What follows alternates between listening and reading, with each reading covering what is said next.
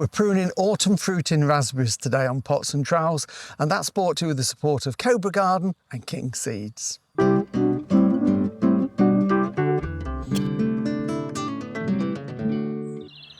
Hello and welcome to Pots and Trowels. Well, I'm going to be doing a bit of pruning today in our little fruit garden as part of the vegetable plot. It's only a small area where we grow the soft fruit and we're trying to cram quite a lot into quite a small space. So I've got here a short row of autumn fruiting raspberries, and these fruit from late August right the way through until early November, or when the weather turns cold. The summer fruiting ones are usually sort of July into August. So if you grow both types, you can extend the season. We like these because we like the fruit later on in the season anyway, and these are so easy to look after because the autumn varieties fruit on the new season's growth, whereas the summer varieties, they fruit on the previous season's growth. So you have to adopt a slightly different pruning technique. So these are, you can see, where all the fruit was produced last year. If we left these, they would produce some side shoots and maybe a bit of fruit and new growth, but I find that all a bit messy. So I prune everything at this time of the year, and you can do it from early February right the way through until early March. Even when they're starting to grow, you can do it. So there's quite a large window of opportunity, and it's really simple because what we're literally going to do is go in and literally cut everything right down to ground level. Now I've got a mixture of varieties here. There's a mixture, there is some Joan Jay, which is a good one, there's Autumn Bliss, and then there's a yellow one called All Gold. Now with it, we need to take them down to ground level. Ground level does not mean cut them to that. That is not ground level. That is leaving them with a little stump, and what can happen is that can get infection and die back. So we are literally going to be quite cruel, and these are quite big. You might actually need some loppers because these are good old thick old raspberry canes, and we're just going to go in and cut them down like that all the way down to ground level. So I'm going to work my way along the row, cut them down, and then I'll show you what we're going to do next.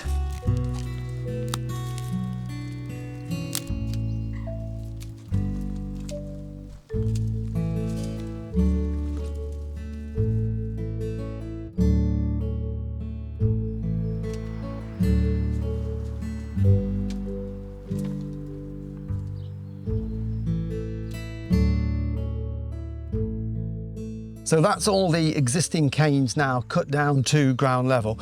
Raspberries do have a tendency, and some varieties more than others, and it depends on the soil, but they can grow sideways and spread. And I want to keep mine fairly contained within this row. And there's one here, this is a good example.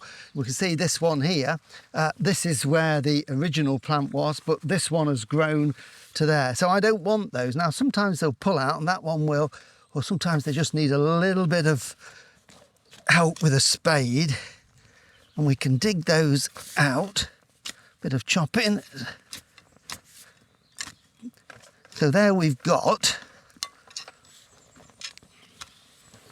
two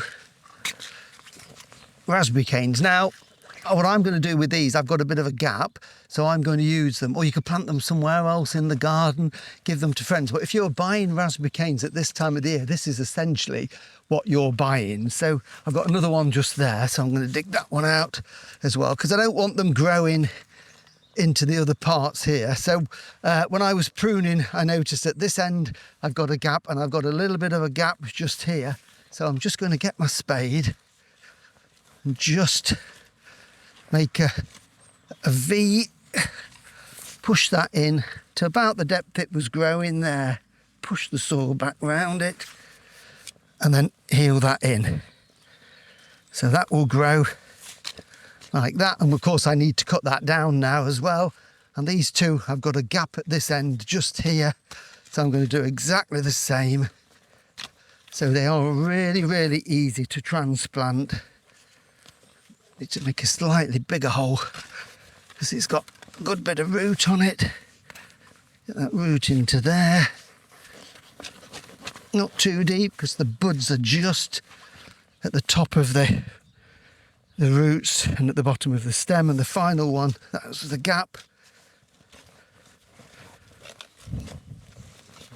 So that will give me a nice thick row of canes when they grow. They are quite shallow rooting as well. Okay, so that's there. And then I'll just get my secateurs, cut those last ones down. There. And there.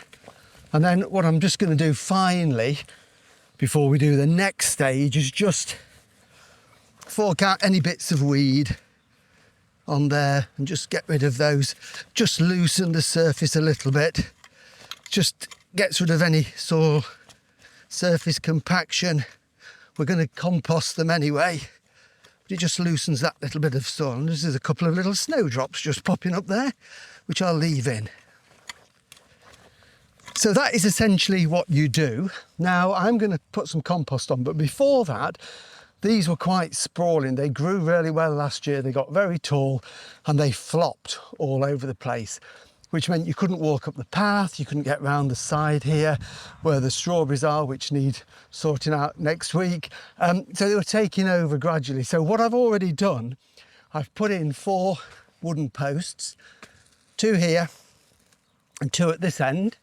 And the row is going to be right in the middle of those posts. So what I'm going to do now is get some wire, attach the wire to make a framework, so as the canes grow, they can't flop out. They're going to be contained within this sort of little mini wire fence. Now that will make it much easier to look after them and they'll stay where they're supposed to be. So I'll go and get some wire.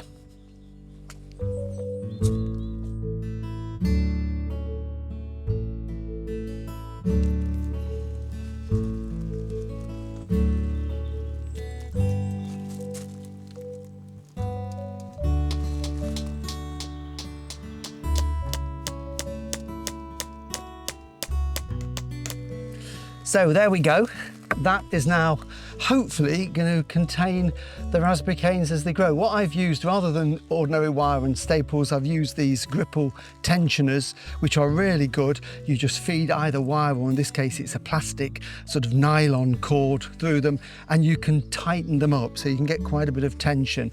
The reason for the staples on the corner is just to stop it all slipping, but I haven't put them in too tight, so there is still movement there. So if in the season it does slacken off, I can tension it up. And as the canes grow from the ground, instead of flopping all over, they're going to be within this little framework here.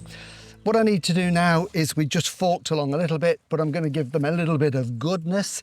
And this is the first of the compost out of our compost bin. So autumn leaves, grass cuttings, all sorts in there from the last gardening season. So that's looking really, really good.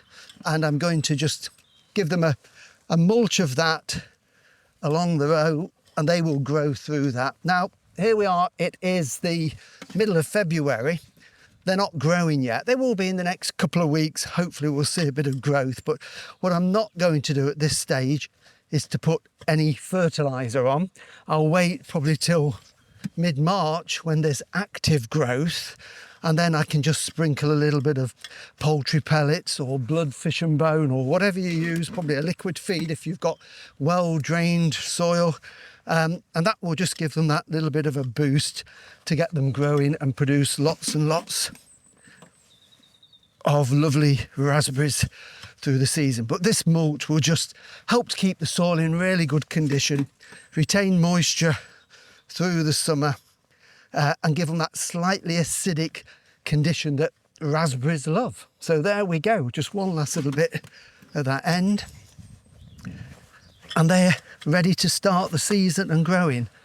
So one final thing, I've got to get all the prunings through the Cobra shredder. They can go in the next compost heap, ready to make compost for next year.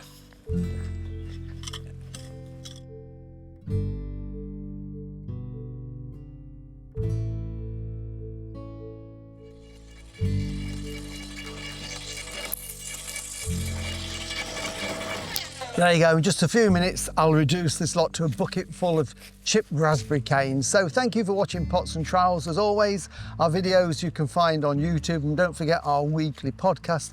Next week I'm going to be in the greenhouse where it might be a little bit warmer, sowing some seeds and trialling a new compost. So we'll see you then. Bye.